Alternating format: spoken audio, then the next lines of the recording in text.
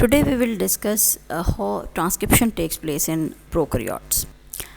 Prokaryotes चूँकि membrane enclosed nuclei contain नहीं करते, सो इसमें ट्रांसक्रिप्शन, ट्रांसलेशन और साथ साथ इवन के एमआरएनए की डिग्रेडेशन भी सब कुछ साइमल्टेनियसली हो सकता है। इंट्रासेलुलर लेवल पे जो प्रोटीन्स हैं वो बहुत तेज़ी से भी एम्पलीफाई हो सकती हैं, क्योंकि सेम डीएनए की टेम्पलेट पे at a time he multiple transcriptional unit बन सकते हैं, मल्टीपल ट्रांसक्रिप्शन हो सकती है और साथ में ट्रांसलेशन भी हो सकती है, और एक ही डीएनए के टेम्पलेट पे एट अ टाइम हो सकती है। सो उससे जो लेवल है बैक्टीरियल प्रोटीन्स का वो तेज़ी से एम्पलीफाई किया जा सकता है। ट्रांसक्रिप्शन प्रोकैरियोट्स के अंदर जब होती है तो इसमें समटाइम्स ये मोर देन वन जीन्स को भी कवर करती है, और इसमें एक पॉलीसिस्ट्रॉनिक एमआरएनए बनता है, जिसका मतलब ये होता है कि अल्टीमेटली जब ये ट्रांसलेट होगा तो ये एमआरएनए एक से ज़्यादा प्रोटीन्स बना सकेगा। सो उसमें मोर देन वन प्रोटीन्स बन सकती हैं। ऐसे आरएनए को जो ऐसा एमआरएनए होता है उसे पॉलीसिस्ट्रॉनिक एमआरएनए कहते हैं, और ये प्रोकैरियोट्स के अंदर बनता है। जो डीएनए का सेगमेंट ट्रांसक्राइब हो रहा होता है और उससे आरएनए का एक मॉलिक्यूल बनता है, उसको हम ट्रांसक्रिप्शन यूनिट कहते हैं। अब जो ट्रांसक्रिप्शन यूनिट है ये भी पॉसिबल है कि ये एक जीन पे मुश्तमिल हो, और ये भी हो सकता है कि इसके अंदर कॉन्टेजियस जीन्स एक से ज़्यादा मौजूद हों और वो मिलके प्रोकैरियोट्स का एक ट्रांसक्रिप्शनल यूनिट बना रहे हों। आरएनए का पॉलीमरेज जो कि ट्रांसक्रिप्शन और को कैटालाइज करता है, ये काफ़ी कम्प्लेक्स स्ट्रक्चर है और ये मल्टीमैरिक प्रोटीन्स पे मुश्तमिल होता है। इसका मोलेकुलर वेट तकरीबन 480,000 तक होता है, और इसके 5 पॉलीपेप्टाइड चेन्स हैं। तकरीबन 7,000 कॉपीज़ आरएनए पॉल की हर इकोलाई के सेल के अंदर मौजूद होती हैं। प्रोकैरियोटिक आरएनए पॉलीमरेज चूँकि एक मल्टीमैरिक एंजाइम है, इसके जो इम्पॉर्टेंट सब यूनिट्स हैं डिस्कसेबल, उसमें 2 तो अल्फ़ा सब यूनिट्स होते हैं जो आइडेंटिकल होते हैं एक दूसरे के साथ। सो बिल्कुल एक जैसे 2 अल्फ़ा सब यूनिट्स हैं। इसी तरह से 2 बीटा यूनिट्स हैं, लेकिन वो आइडेंटिकल नहीं होते। एक बीटा है, एक बीटा प्राइम है। इसके अलावा एक ओमेगा होता है इसमें, और उसके अलावा एक सिग्मा फैक्टर है। अगर हम बात करें कि 2 अल्फ़ा यूनिट्स और 2 हम बीटा यूनिट्स की बात करते हैं और एक ओमेगा, इस सारे को हम कोर एंजाइम कहते हैं। लेकिन इसके साथ एक और फैक्टर जो कि सिग्मा है, सिग्मा फैक्टर अगर इनके साथ मौजूद होता है तो उसको हम होलो एंजाइम कहते हैं। मतलब कंप्लीट जब कोई एंजाइम अपने कोर एंजाइम के साथ मौजूद होता है और उसके साथ को फैक्टर भी मौजूद होता है तो वो होलो एंजाइम होता है, और यहाँ पे होलो एंजाइम बनाने के लिए इसको सिग्मा सब यूनिट जो है वो मौजूद होगा। अब सिग्मा का जो मेन काम है वो ये होता है कि ये प्रोमोटर को रिकग्नाइज़ करता है कि कहाँ पे एक्चुअली ट्रांसक्रिप्शन शुरू होनी है। प्रोकैरियोट्स के अंदर 3 स्टेजेस हैं जिस पे मुश्तमिल टोटल ट्रांसक्रिप्शन होती है। एक तो इनिशियल फेज़ है, यानी जिस पे इनिशिएशन होती है। आरएनए पॉलीमरेज इस स्टेज पे प्रोमोटर को रिकग्नाइज़ कर लेता है और वहाँ पे ट्रांसक्रिप्शन शुरू हो जाती है। दूसरी फेज़ को एलोंगेशन फेज़ कहते हैं, और आरएनए की स्ट्रैंड इस एलोंगेशन फेज़ में कॉन्टीन्यूसली ग्रो कर रही होती है। तीसरी स्टेज जो है वो टर्मिनेशन की फ़ेज़ है, जिसमें आरएनए पॉलीमरेज जो है वो अपनी मज़ीद सिंथेसिस रोक देगा। डीएनए के टेम्पलेट के अगेंस्ट जो नेसेंट आरएनए की स्ट्रैंड बन रही होती है वो मज़ीद बनना बंद हो जाएगी, और उसके बाद ये नेसेंट स्ट्रैंड जो है ये टेम्पलेट से सेपरेट हो जाएगी, और आरएनए चूँकि सिंगल स्ट्रैंडेड होता है तो ये इसकी जो फॉर्मेशन है वो कंप्लीट हो जाएगी। आरएनए की सिंथेसिस में जो पहला स्टेप इनिशिएशन का है, इस इनिशिएशन के स्टेप में होता क्या है कि आरएनए का जो पॉलीमरेज है, हमने बात की कि आरएनए पॉलीमरेज आकर प्रोमोटर के साथ बाइंड करता है। अब आरएनए पॉलीमरेज जब प्रोमोटर के साथ बाइंड करेगा तो प्रोमोटर आपको पता है कि स्पेसिफिक रीजन होता है इसमें जो कि टेम्पलेट डीएनए पे मौजूद होता है, जहाँ कि आरएनए पॉलीमरेज ने ट्रांसक्रिप्शन को इनिशिएट करना होता है। और इसमें ये जो प्रमोटर की प्रेजेंस है एक्चुअली ये सिग्नल देती है कि यहाँ से जीन की ट्रांसक्रिप्शन स्टार्ट की जाए।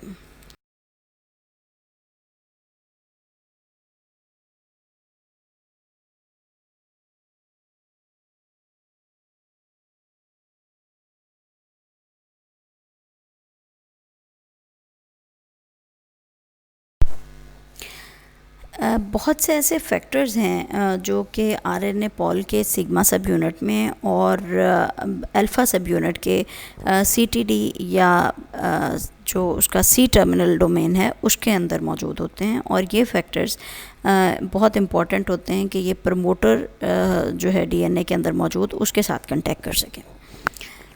ये जो प्रमोटर डीएनए है वहाँ पे आकर ये फैक्टर्स अटैच होते हैं।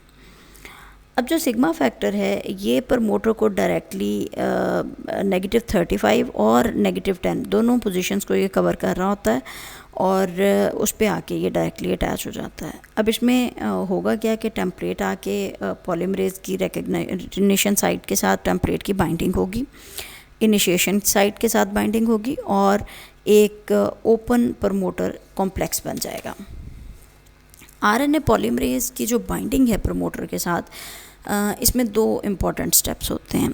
एक तो ये कि जो होलो एंजाइम है ये सबसे पहले आके डीएनए के साथ बाइंड करता है और उसके बाद ये माइनस जो इसका प्रमोटर का -35 रीजन है वहाँ पे ये माइग्रेट करके चला जाता है और वहाँ पे ये क्लोज्ड कॉम्प्लेक्स बना देता है। उसके बाद डीएनए जो है उसकी अनवाइंडिंग शुरू हो जाएगी और तकरीबन 17 बेस पेयर जो कि -10 रीजन से लेके ऑनवर्ड 17 बेस पेयर्स हैं ये अनवाइंड हो जाएंगे। अब जब अनवाइंडिंग होती है तो उस वक्त जो टेम्पलेट स्ट्रैंड है जो कि इनिशिएशन साइट पे मौजूद होता है वो वाज़े होकर सामने आ जाता है, वो एक्सपोज हो जाता है। अब आरएनए पॉलीमरेज जो है वो ज़्यादा स्ट्रॉन्गली उस रीजन के साथ बाउंड होगा जो कि इस वक्त ओपन होना शुरू हो गया है यानी अनबाउंड हो रहा है और यहाँ पे जो कॉम्प्लेक्स बनेगा उसे हम कह सकते हैं कि ये ओपन कॉम्प्लेक्स है। अब जो सिग्मा सब यूनिट है ये चूँकि हमने बात की थी कि प्रमोटर की रिकग्निशन के लिए ज़रूरी होता है और आरएनए पॉलीमरेज के अंदर मौजूद इसी सिग्मा सब यूनिट की वजह से ही ये जो प्रमोटर की साइट है इसको रिकग्नाइज़ करके वहाँ पे आरएनए पॉलीमरेज ने आके अटैच होना होता है। जब कुछ फॉस्फोडाइस्टर बॉन्ड्स बन जाते हैं तो जो सिग्मा सब यूनिट है ये डिसोसिएट हो जाता है।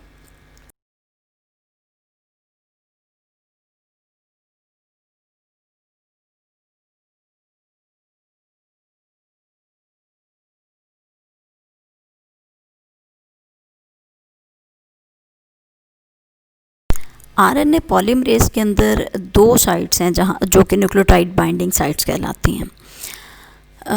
ये इनिशिएशन साइट भी हम इन्हें कहते हैं और इन्हीं साइट्स को एलोंगेशन साइट्स भी कहा जाता है।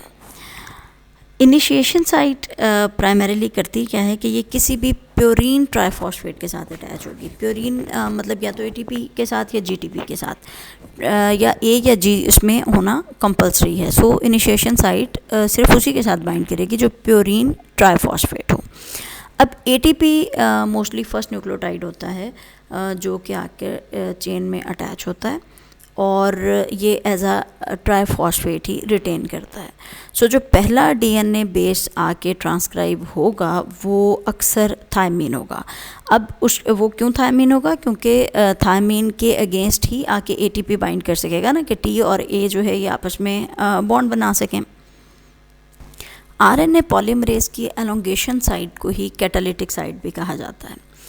इसमें न्यूक्लियोटाइड ट्राइफॉस्फेट्स आकर फिल होते हैं और इन न्यूक्लियोटाइड ट्राइफॉस्फेट्स की हाइड्रोजन बॉन्ड बनाने की जो कैपेसिटी है, जो इन्होंने किसी भी नेक्स्ट डीएनए की टेम्पलेट के बेस के साथ जो हाइड्रोजन बॉन्डिंग करनी होती है, उस एबिलिटी की बेस पे ये सिलेक्ट किया जाता है कि कौन से न्यूक्लियोटाइड ट्राइफॉस्फेट्स हैं जो कि यहाँ आके अटैच हो सकेंगे। ज़ाहिर है जो डीएनए के टेम्पलेट का सीक्वेंस होगा उसके अकॉर्डिंग ही न्यूक्लियोटाइड ट्राइफॉस्फेट्स वहाँ के अटैच हो सकेंगे। गोया अगर वहाँ पे जी मौजूद है तो टेम्पलेट के अंदर तो सर्टेनली जो हमारे पास न्यूक्लियोटाइड ट्राइफॉस्फेट आएगा वो सीटीपी टाइप का होगा एंड सो ऑन। अब जो दो न्यूक्लियोटाइड्स आपस में वहाँ पे आके जब इनकॉर्पोरेट हो जाएंगे और दोनों न्यूक्लियोटाइड्स आपस में बॉन्ड बना लेंगे, तो उनकी जॉइनिंग के बाद जो फर्स्ट बेस है वो रिलीज़ हो जाएगी और यहाँ पे इनिशिएशन साइट जो है वो ख़ाली हो जाएगी, क्योंकि इनिशिएशन साइट से ये फर्स्ट बेस जो है इसको रिलीज़ कर दिया जाएगा। इस पॉइंट पे हम कहते हैं कि इनिशिएशन का स्टेप जो है वो कंप्लीट हो गया है। आरएनए पॉलीमरेज और टेम्पलेट की स्ट्रैंड एक दूसरे से रिलेटिवली ही मूव कर रहे होते हैं। उसकी रीज़न ये होती है कि जो बाइंडिंग साइट है दोनों की और कैटालिटिक साइट है जो वो शिफ्ट होनी है ना अगले न्यूक्लियोटाइड तक। सो ये shifting exactly one nucleotide ahead ही होनी चाहिए। सो ये जो आरएनए पॉलीमरेज और टेम्पलेट की स्ट्रैंड है ये एक दूसरे के साथ बिल्कुल रिलेटिवली ही मूव फॉरवर्ड करते हैं। आरएनए की सिंथेसिस में जो सेकंड स्टेप है वो एलोंगेशन या चेन एलोंगेशन का स्टेप होता है। अब जब बहुत से न्यूक्लियोटाइड्स आके इसी तरह से चेन पे अटैच होते जाते हैं तो आरएनए के पॉलीमरेज में कुछ कॉन्फॉर्मेशनल चेंजेस आती हैं, जिसकी वजह से जो सिग्मा सब यूनिट है वो सेपरेट हो जाता है। अब बाकी रह जाने वाले जो यूनिट्स हैं आरएनए पॉलीमरेज के, उन यूनिट्स को हम कहते हैं कि जी ये कोर एंजाइम बचा हुआ है पीछे। अब ये कोर एंजाइम डीएनए के टेम्पलेट पे मूव करता जाएगा और आगे आरएनए की जो चेन है वो सिंथेसाइज होती जाएगी। डीएनए की जो हेलिक्स है ये दोबारा से रीक्लोज होना शुरू हो जाती है। जैसे जैसे आगे आरएनए की स्ट्रैंड बन रही है तो ये पीछे जो डीएनए की हेलिक्स है ये रीक्लोज होती जाएगी। न्यूली फॉर्म जो आरएनए होगा उसको रिलीज़ कर दिया जाएगा और उसका जो डीएनए के टेम्पलेट स्ट्रैंड के साथ बॉन्ड था वो बॉन्ड जो है वो ख़त्म हो जाएगा। ये बॉन्ड जो डीएनए के टेम्पलेट के न्यूक्लियोटाइड्स के दरमियान आरएनए की नेसेंट स्ट्रैंड के बेसिस का होता है, ये बेसिकली हाइड्रोजन बॉन्ड होता है। और जब ये बॉन्ड ख़त्म हो जाता है तो उसके बाद वहाँ पर जो पीछे रह जाने वाली डीएनए की दोनों हेलिसेस हैं वो आपस में दोबारा से रीवाउंड हो जाती हैं।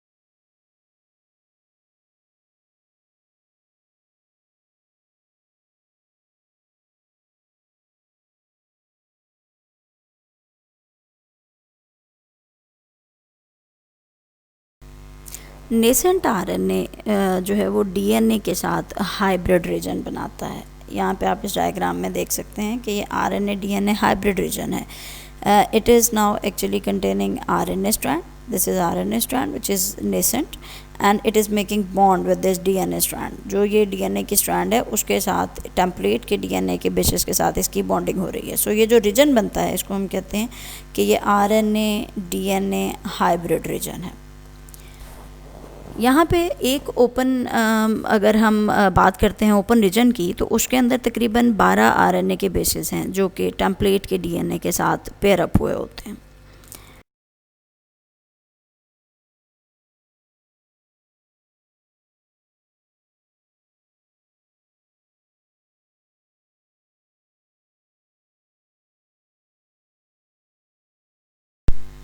अब ये जो डीएनए और आरएनए के दरमियान हाइब्रिड रीजन है इसका 3 प्राइम एंड जो है वो इस तरह से अपने आप को पोजीशन करता है कि जो इनकमिंग एनटीपीज़ हैं उस पे 3 प्राइम एंड का हाइड्रोक्सिल ग्रुप जो है वो अटैक कर सके और उन एनटीपीज़ को साथ ही अटैच करता जाए और जो नई स्ट्रैंड है आरएनए की वो कंप्लीट हो।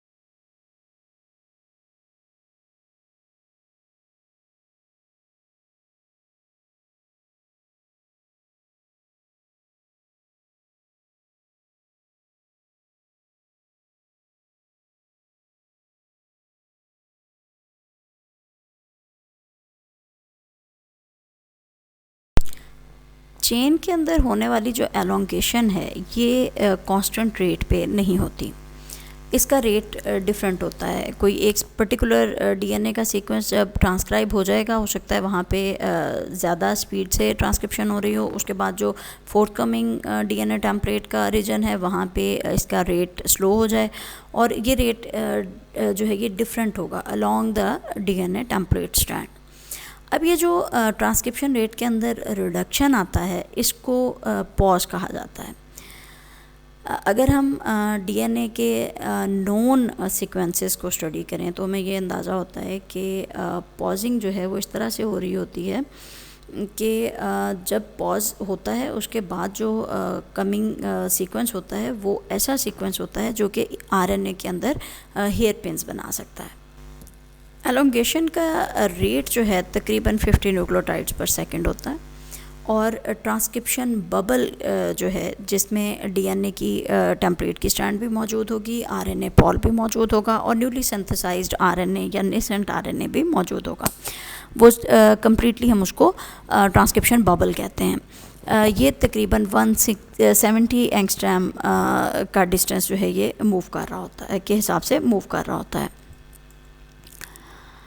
अगर हम डीएनए पॉलीमरेज की बात करें और उसको आरएनए के पॉलीमरेज के साथ हम अगर कंपेयर करते हैं तो डीएनए पॉलीमरेज के अंदर एक कैपेसिटी थी कि वो नई बनने वाली पॉलीन्यूक्लियोटाइड की एडिटिंग कर सकता था, जबकि जो यहाँ पे आरएनए पॉलीमरेज है इसके अंदर ये कैपेसिटी नहीं होती कि ये नेसेंट स्ट्रैंड में एडिटिंग कर सके, जिसकी वजह से जो ट्रांसक्रिप्शन की फाइडेलिटी है वो रेप्लिकेशन की फाइडेलिटी से काफ़ी कम होती है।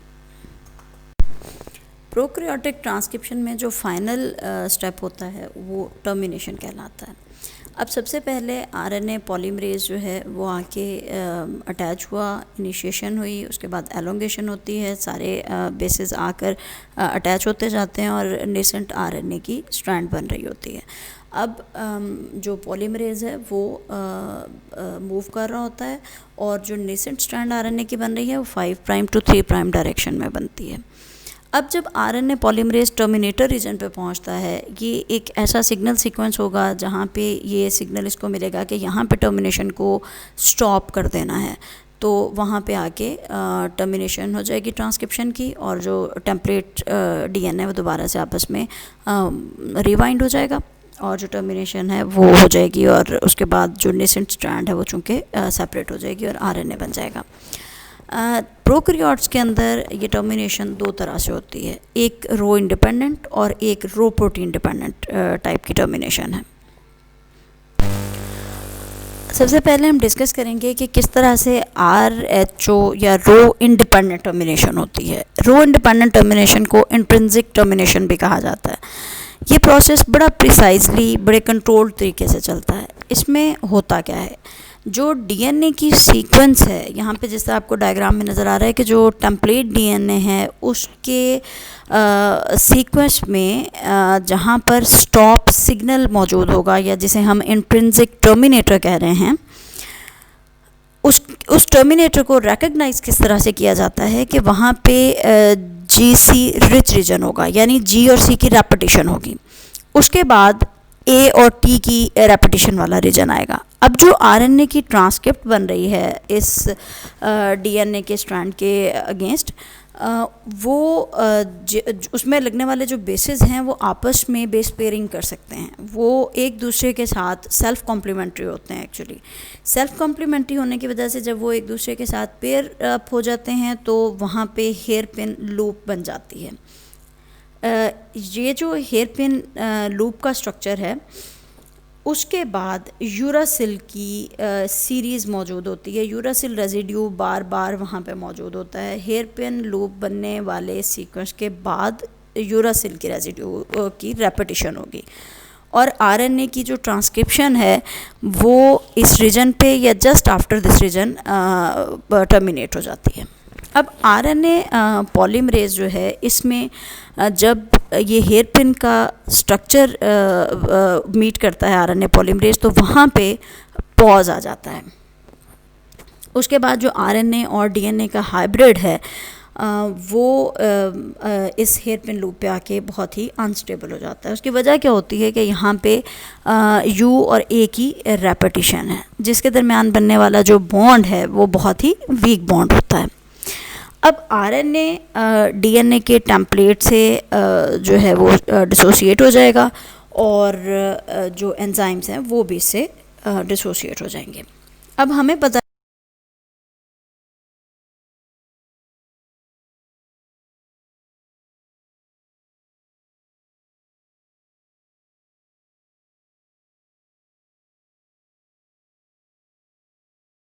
जब इनिशिएशन हुई थी तो तब सिग्मा फैक्टर जो था वो डिसोसिएट हो गया था और पीछे रह जाने वाले जो एंजाइम के सब यूनिट्स हैं आरएनए पॉलीमरेज के, वो कोर एंजाइम है इस वक्त।